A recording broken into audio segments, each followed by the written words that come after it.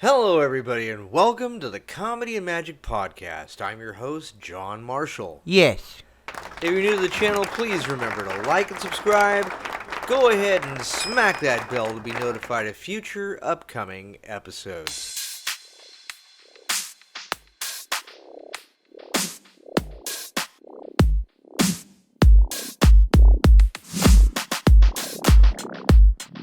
Joining me in the virtual studio this morning from his home in Sicklerville, New Jersey, please welcome to the podcast corporate magician and illusionist, Kevin Bethea. Good morning, Kevin. Good morning, John. Thank you for having me here. I really appreciate it. And got me up nice and bright and early over here in Jersey, but looking forward to talking to you guys.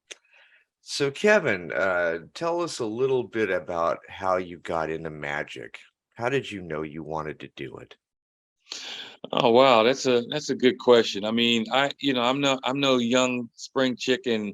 I'm an old timer. And back in my day, we didn't have all the cool things like the internet and things like that and video games. So, my passion back then was sports and also magic. I'd seen a magician on television one time, and I also had an uncle who, he wasn't a great magician, but he knew two tricks. One trick he would do is he would pull a quarter out from behind my ear, and I would go to the store and buy me some chips or whatever I wanted. And the other trick he did is he took a lit cigarette and he stuffed it in his fist, and it totally disappeared. And that like freaked me out for a long time. So I got really interested in magic, and my passion started there, and it encouraged me to learn how to read because I wasn't the best student back then. He told me to go to my library. They have some books on magic that I can check out. And that's how I got started. I got started reading magic books and learning tricks of the trade here and there. My parents, they couldn't afford to buy me magic sets or anything like that. So, whatever we had around the house and me reading books is really what kind of spearheaded me getting involved into our art. So, narrowing it down, what year would you say that was? In the 70s, 70s? the Okay, early okay. 70s, yeah. That is very true about the 70s. There was no internet or social media platforms. Meeting magicians back in those days was definitely much harder. How about that? And it's harder to even find a mentor to Oh, mentor yeah. you in magic. So yeah, you kind of had to take the bull by the horns yourself if you were, really wanted to learn. And that's how I came to be getting involved in magic. Do you happen to remember your very first magic book that inspired your imagination? Oh man, I'm ashamed to say this. But one of the first magic books I got, I'm trying to remember the name of it. Um, I think it was The Fine Art of Magic. I think it was that, but I got it from my school library. And when my elementary school, it might have been, and I checked it out of the library, and I have forgotten to return the book back. Whoa. And when we went back later, that school was actually closed, so I still have that book in my collection actually. But yeah, that was one of the first books. I'm trying to remember the exact name of it. I'm sorry, off the top of my head, John, I can't No remember it, worries. but then I got into the Now You See It, Now You Don't Magic series by Bill Tarr, I Yes, believe, yes. and one of my mentors, rest his soul, his name was Ted Collins. He used to own a shop called Mecca Magic here in New Jersey. Ted was the first one that said, "Put all those books away, get these books," and it was the Tarbell Course of Magic. And Mm. that Tarbell course actually changed my life. It really did. So those are some of the earlier books that I got. And then, as you said, let's narrow it down a little bit more. I found that my passion was really close-up magic. And 70s and 80s, that's when you had the Derek Dingles, the David Ross, the Mike Skinners, all those guys. I started getting those books, Frank Garcia, Di Vernon, Sly Dini. Yes. So that opened up a whole new world for me because I found out that was really the kind of magic that I liked. And, I got started on those books just from there. For me, my very first introduction to magicians was this book right here. I don't know if you could see it. World's Greatest Magic. This book was given to me by a very sweet old lady that was a friend of my grandparents. Her name was Lucille Webb. Um, she knew I loved magic growing up, and she purchased this for me back in the 70s, and I've had it ever since. And thanks to this book right here, I got to learn the differences between stage, close up, cabaret style, and large scale illusions. I also got to read about guys like Slidini that I would never ever get a chance to meet. Molini, the great Molini. Um, Di Vernon. I have some great stories about Di Vernon, although I've never met the man, and he was a wizard with the cups and balls. Albert Goshman, and so on and so on and so forth. There were actually, I think, 5 or 6 magic tricks that were given with this book, and I remember the rope trick, the card trick, and the coin vanish that I mastered before too long, and was doing that for my grandparents. And I showed Miss Lucille, who bought me that book, my very first sleight of hand trick. So good times, good times. What was your first props, as a kid growing up? With a deck of cards? I mean, Well, like I said, growing up, my family, we didn't have a lot of money, and buying like magic props, my parents, felt probably was a waste of time. Grew up in a very religious home, so there's certain things I mm, could bringing them out of my house. So I was kind of forced to learn magic with everyday objects. With coins and cards and yeah. salt shakers and pencils and whatever I could find around the house. So I was drawn to that type of magic. I mean, I tried to buy some prop magic later on. As I, got a little bit more advanced in magic, I went through my, my favorite prop that I still own, which is still I would say in the close-up genre, is the cups and balls. When I first got my Oh first set yeah. of cups and balls and my wand, man, I was just done. Then I went into learning the floating ball, the zombie routine, and things like that. I never bought any big, huge illusions though. Although I do have a guillotine, a head chopper illusion that I got a little bit later. But John, I found that when I was around people, they just appreciated more everyday things, objects that I could borrow and things like that. So those became my magic props. Hey, can I borrow your watch for a minute? And I would do an amazing thing with a person's watch, or a finger ring that a young lady might be wearing and things like that. So, not to bore you with that soliloquy, but again, we didn't have a lot of money, and books and everyday props that I could easily find, those were pretty much the props that I used getting into magic here. Oh yeah, if you borrow a bill from somebody, or a wedding ring, a finger ring, you're gonna have their undivided attention the whole entire time. In fact, they're never gonna take their eyes off you.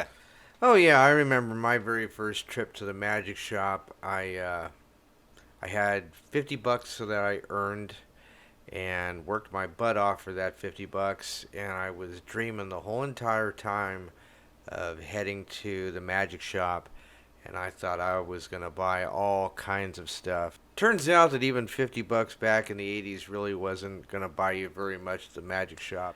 Yeah, I walked out of there with maybe 2 or 3 small pocket tricks. But I'll tell you something, those pocket tricks were very special to me, and I know that I mastered them, and I enjoyed fooling friends and family with them. And there's nothing like the feeling of fooling your friends for the very first time and really pulling it off, and you see that look of bewilderment and puzzlement on their face, and you did your job. You mentioned the disappearing cigarette from your uncle and what have you. Yes, yes. I used to do that for years at parties, and Yeah, just that one little prop that you carry around in your pocket that makes that possible, which we won't mention, but yeah.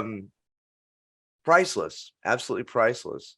Unfortunately, today it's not. You can't do that trick hardly because smoking's not allowed in a lot of facilities and things like that. So, we had to make other things disappear. But yeah, I mean, those were, I love those type of illusions where you can do things with borrowed objects and things of that nature. But yeah, as I got on, and I think me learning magic that way, from that I call it ground level, it helped me appreciate more and better understand as I got more and more in magic, and I started buying props and things like that, how to incorporate them, how to make them work and things of that nature. So yeah, I'm really happy that I came into magic that way, and I can appreciate it much more from that learning process. So, did you have any magic mentors growing up or later on? I did. I mean, not mentors where, hey, come on over to my house. We're gonna sit down. We're gonna teach you. But when I say mentors, I maybe I go to a magic shop. Like Ted Collins is one of the guys I mentioned. By the way, he invented the Panama rope trick, which is in the Tarbell course that you'll see. But Ted was the type that told me, don't buy those tricks right now. Buy this book. This book has 150 magic tricks in it, and you want that one little trick. He would always try to steer me the right way and do things like that. And then there were a lot of mentors that I have that, may not be known amongst a lot of people. They're not the David Copperfields, but guys like Daryl Harris and a friend of mine named Eric Dockery and Pete Lentini. And I'm just naming names that, again, they're not well-known names, but these guys are magicians in their own rights that kind of also took me under their wing. So yeah, I've had guys like that. But can I tell you my biggest regret of all, when you talk about mentorship, if you don't mind, and it haunts me to this day. We talked about Tony Slidini, who was I mean, this guy, I, John, this was the first magician that actually frightened me when I saw him perform. And I just no lie, I saw him at a place called Mostly Magic. It used to be in New York, in the Village area, and I saw him do a show, and I never forget it. This man he was very old at the time. Saidini was up there in age, and they had to help this man come down on stage. He was shaking and everything, and they had to help him sit down. He's very, very kind of decrepit. And John, I kid you not, when that man sat down and he touched those coins, he stopped shaking. I saw the most beautiful magic I had ever seen in my life. The magic looked so real and beautiful, it scared me. I mean, it looked real. These coins were vanishing and things were going on. And the point I'm trying to make, I'm making a long story short. One day I ran into Tony Slidini and he offered to give me lessons. I was in college at the time. And my head was at another place then. And I hate to say this, and I'm embarrassed to say this. I felt I was too good to take lessons from anybody, not really knowing who this man was. So I declined him, saying, no, thank you, but no, thank you. Years later, I found out he took a liking to me and wanted to give me personal lessons. And that's one of my biggest regrets in magic, that I didn't accept his offer to do me, something that would have been totally invaluable to me like that. So, but that's my biggest regret in magic. I had a guy that wanted to mentor me, probably one of the greatest ever to do it. And because my head wasn't at the right place, excuse me, I declined him, thanked him, but no thanked him. And that's probably my biggest regret in magic to this very day. Not to mention probably what he would have charged people back then to Yeah, mentor them, and he wanted to give it to you. wanted to Wow. give it to me. Wasn't a lot.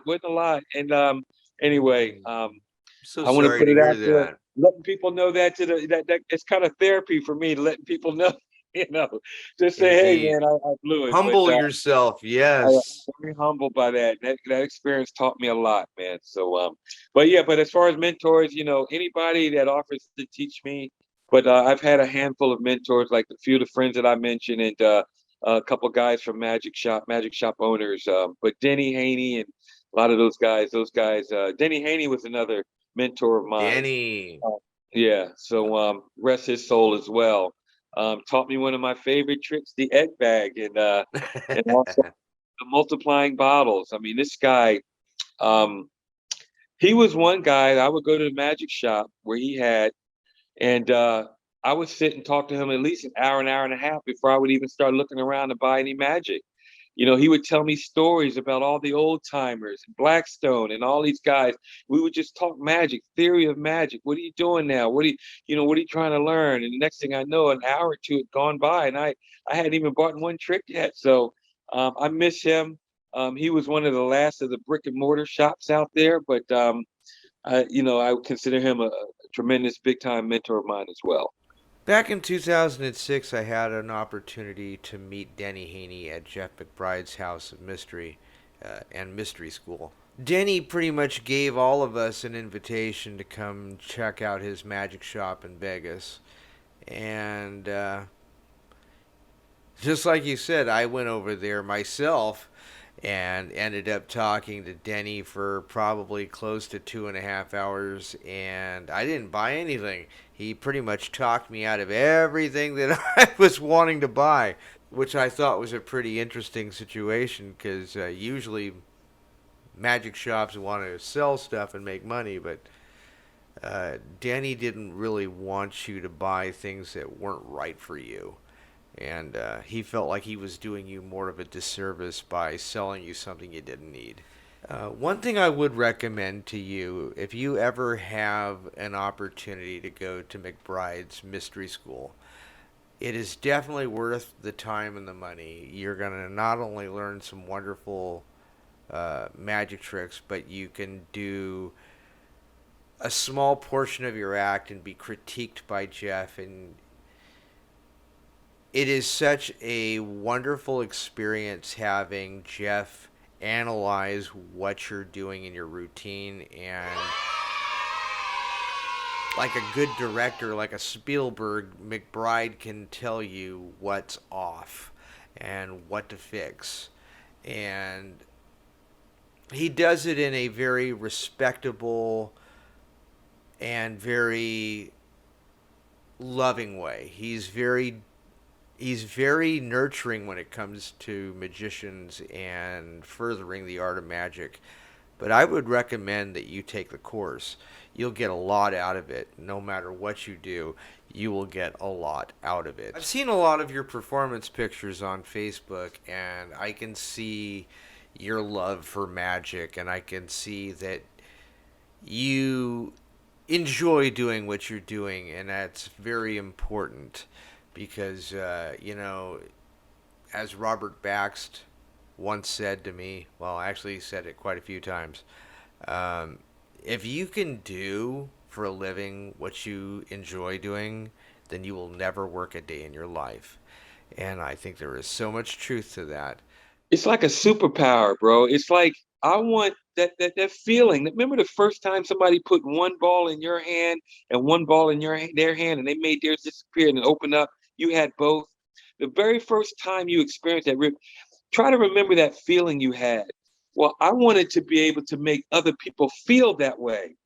I wanted to give them that feeling that I had, that the contagious feeling of astonishment. And if I could do that, oh brother, I'd be so happy. So that's why I do what I do, and that's why it doesn't matter to me what audience, kids, adults, seniors. It doesn't matter to me, man. This is a gift that we have, and we're sharing experiences with people. And if I can make somebody, forget about their problem, get that special feeling again, kind of pulling them in my sandbox and taking them on a magical journey. And I don't mean to sound all corny, and but I'm serious about that. Then I've done my job, brother. And that, that's our superpower as magicians.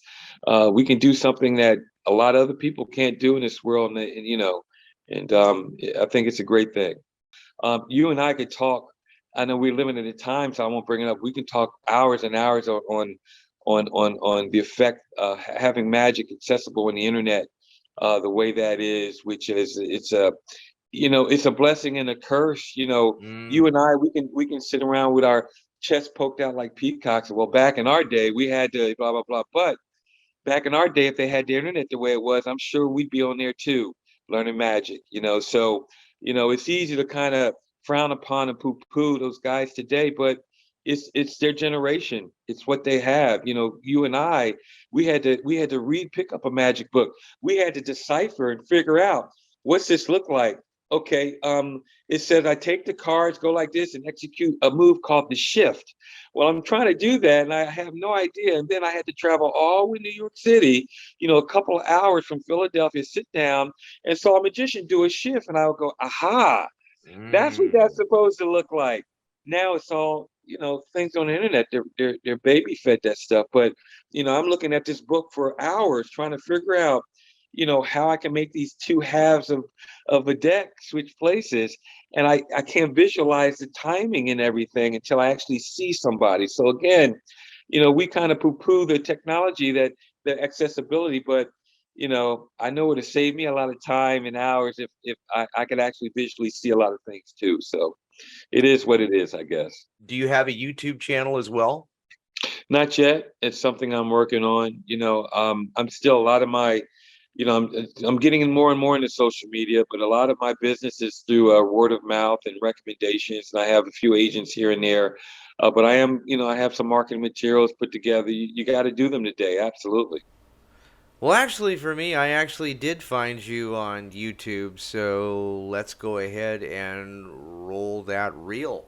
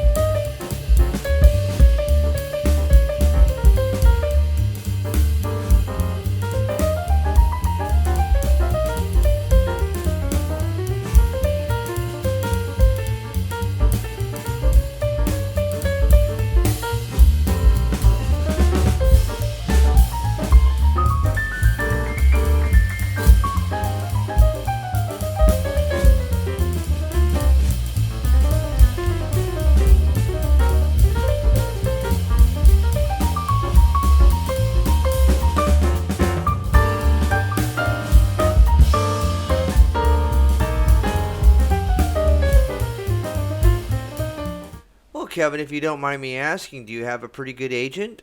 Well, Um, it's not a good I have a few. I have a guy that books me for cruise ships. I have a guy that books me for weddings. ooh. All he does is book me at wedding receptions. I have a guy that books me just for corporate trade shows, and that's it. So, it's not one guy like that.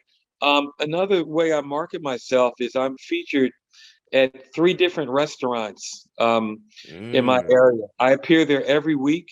One restaurant called the Telford Inn. I've been there for 22 years.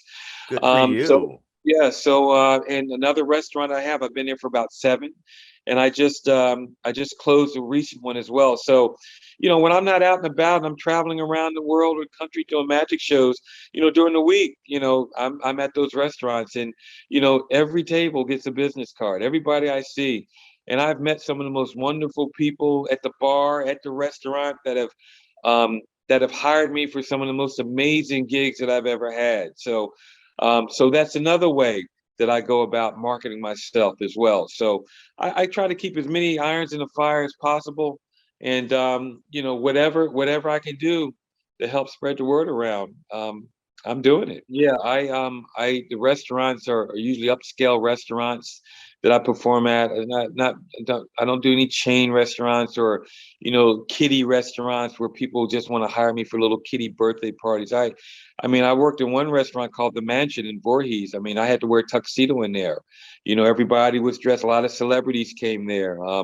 These other restaurants. So yeah, they're great. And performing for people there is like seeing a good movie. If you put on a good performance, well, guess what they're going to do the next day? They're going to tell all their friends about you, and then those Yep. friends come in and see me, and then so on and so forth. So yeah, that's the whole idea. By the way, I hear you keep mentioning the name. I do know Jeff McBride. I've met Jeff.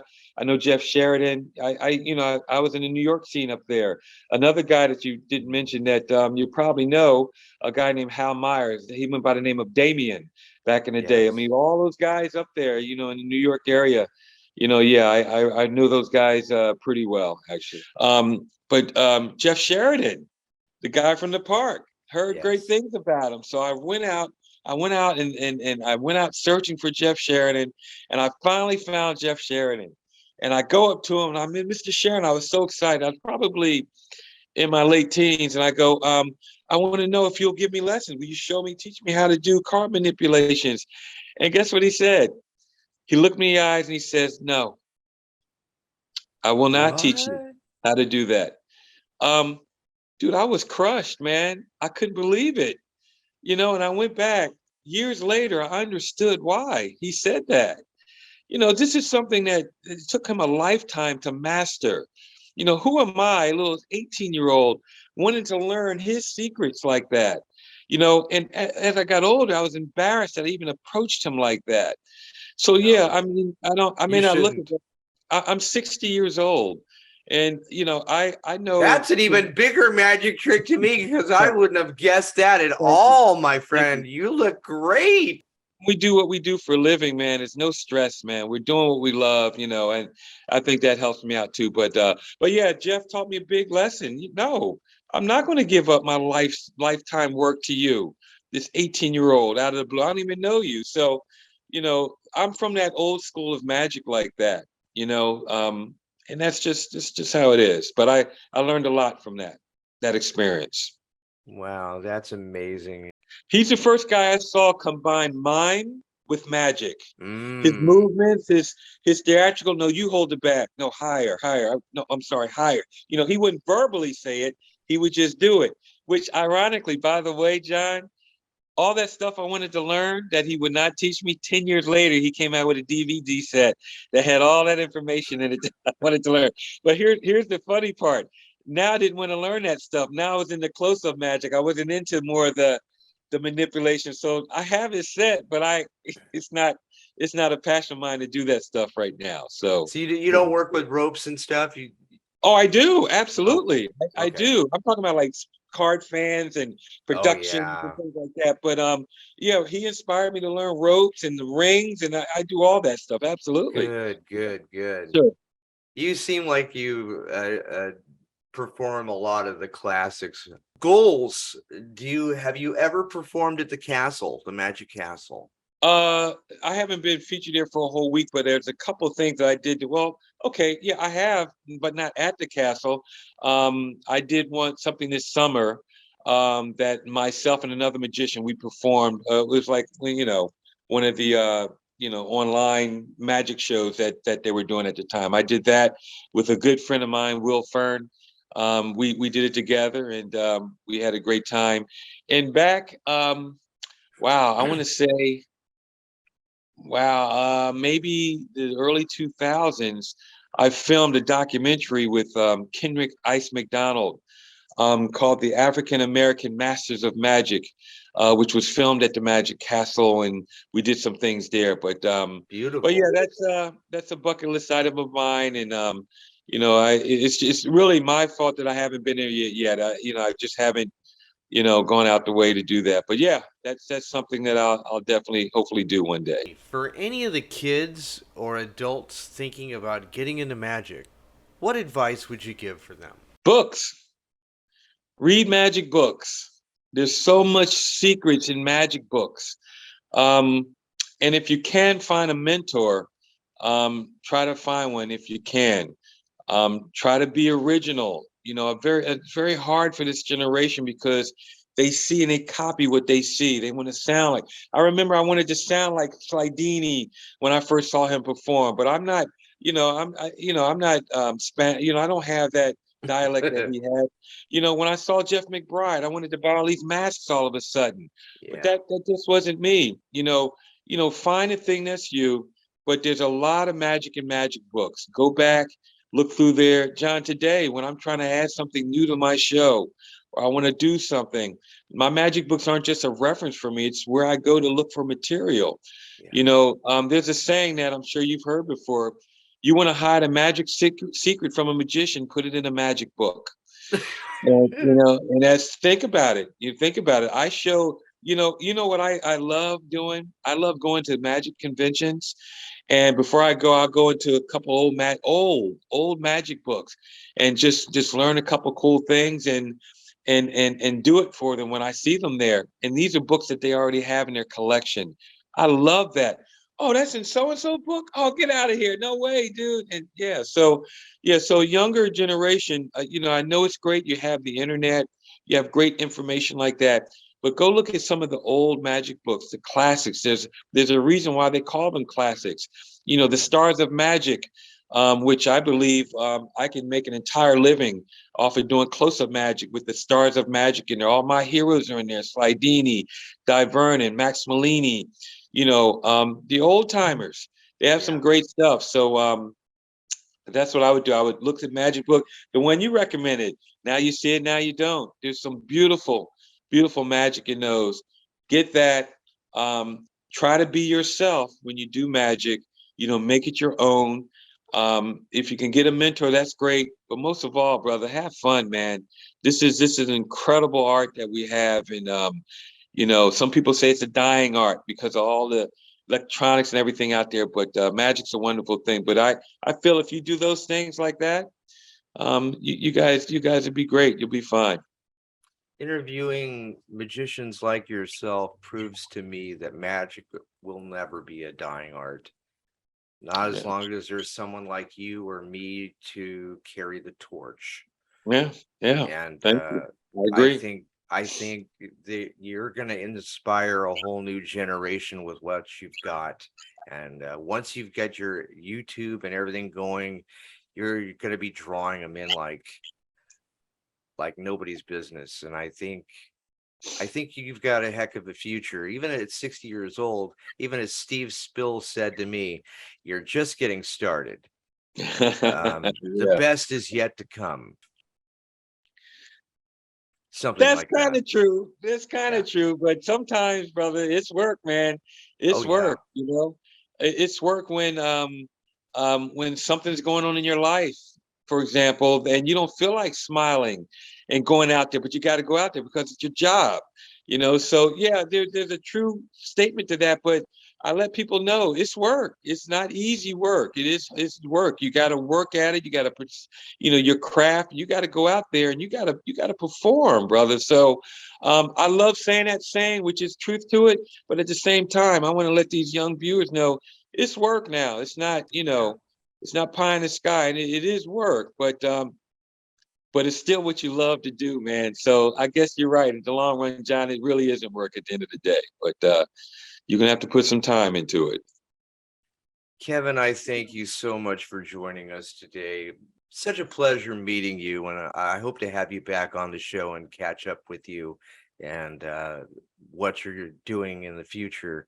We're going to keep tabs on you. We're going to watch you grow. And I know we're going to watch you grow, my friend. Thank you, man. First of all, it's an honor for me that you called me up and had me on your show, and that you thought just having me would be valuable to your listeners and viewers. So thank you so much, John. Appreciate it. Great talking to a fellow old timer like myself. We can go back and we can, talk about the Jeff McBrides and the Slidinis, and so this generation today, they can't relate to some of these conversations. So it's kind of Yes. cool that you and I can talk about that and kind of let them know, some of those guys, Charlie Miller, and I can Yeah. go down the line with Yes, you you can. know, That's an impressive name all in itself. Charlie Miller. I did. I absolutely. almost forgot about Charlie. Come on, hey, check this out, John. Fred Capps. Come on, man. You know what I mean? It's Yes. Come on now. You and I can talk for hours. You know that, but no, Oh seriously, yeah. from the bottom of my heart, brother. Thank you so much. I hope I did you guys proud, and You did I just great. love talking magic with you, man. So thanks again. I appreciate it. And thank you, my friend. Well, ladies and gentlemen, I hope you enjoyed today's show and my very special guest today, Kevin Bethea. And he is a very serious corporate magician and illusionist out of New Jersey. Look him up. His YouTube channel is coming very soon. I enjoyed talking with him, and I think we're going to be seeing a lot more from him in the future. But, well, folks, that's my story, and I'm sticking to it till the very next time that we meet. God bless you. Quiet, numbskulls. I'm broadcasting. Halt, who goes there? Friend or enemy? Give the countersign. Oh! Pass, friend. Oh! Oh!